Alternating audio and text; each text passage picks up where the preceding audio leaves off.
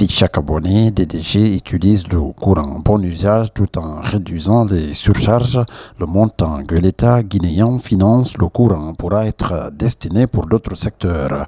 Désormais, les représentants des acteurs clés de la nation vont porter la voix du département de l'énergie envers la population pour éviter le gaspillage de l'énergie. Les populations demandent l'électricité, mais ça a un coût. Et dans un pays, ce qu'il faut retenir, nous sommes l'État. Mais les ressources que nous mettons à votre disposition, à la disposition de la population, on n'invente pas. C'est ce qui est produit. Ce qui est produit par les populations, à travers le paiement des impôts, à travers l'exportation et l'importation. Donc ne soyons pas étonnés que la demande croissante du développement liée à d'autres secteurs, notamment l'éducation, la santé, que les gens comprennent qu'une bonne partie de ces fonds-là sont injectés pour les appuyer. Comment être responsable? Et cet appui, quand il devient excessif, c'est gaspillé. C'est tout le problème. Avec le gaspillage de l'énergie dans les ménages, l'État estime une perte mensuelle de 15 millions de dollars. Alors, imaginez ce que 15 millions de dollars peut faire en termes de financement d'autres activités économiques, d'autres activités sociales. Pour réussir cette campagne de sensibilisation et d'éducation de lutte contre le gaspillage de l'énergie, l'apport des services déconcentrés est primordial. C'est pourquoi il est nécessaire de mettre tous les services en action pour réussir ce pari. C'est une question d'éducation, d'habitude.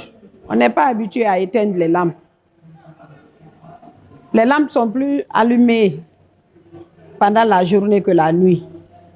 Donc, il faut continuer à sensibiliser la population pour qu'on puisse apprendre à éteindre les lampes et à débrancher les appareils qu'on n'en a pas besoin.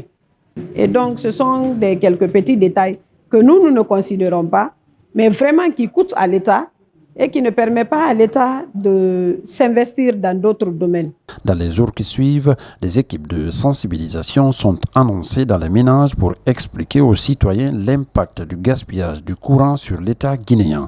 La commune de Kaloum s'engage déjà. Par rapport à cette campagne, n'est-ce pas, de sensibilisation liée au gaspillage d'énergie, je pense que c'est une très bonne chose. Il est question maintenant qu'on s'implique pour que vraiment puisse passer ce message auprès de nos citoyens, afin de comprendre un peu. Parce que moi, tout ce qui a été retracé, les différentes thématiques qu'on a suivies ici par rapport au gaspillage, et que ce que ça coûte à l'État, vraiment, ça nous amène vraiment à renforcer cette sensibilisation, vraiment à amener le citoyen vraiment à éviter vraiment le gaspillage d'énergie. Le non-paiement des factures, la surcharge dans les ménages, le branchement clandestin sont entre autres actions qui font perdre à l'État guinéen beaucoup de fonds et souvent c'est le ministère de l'énergie qui est accusé si les camps des indices sont signalés. C'est pourquoi Dansa Kourouma, président du Conseil national de la transition, envoie cet appel aux autorités locales. C'est une mission qui vaut la peine. Si je ne venais pas vous encourager, j'aurais manqué à ma responsabilité. En tout cas, je souhaite une très bonne séance de sensibilisation. Je demande les bénéficiaires d'y mettre du patriotisme. Les maires, vous êtes les responsables de la prospérité de vos collectivités. Un maire, le maire, ce n'est pas des privilèges. Les maires, c'est une responsabilité. Regardez, vos citoyens vous ont vu grandir, ils vous ont vu naître, ils vous ont vu aller à l'école. Vous devenez leur maire. Vous avez une obligation de redevabilité vis-à-vis d'eux. Ils ne vous toléreront pas si vous vivez bien et ils vivent mal.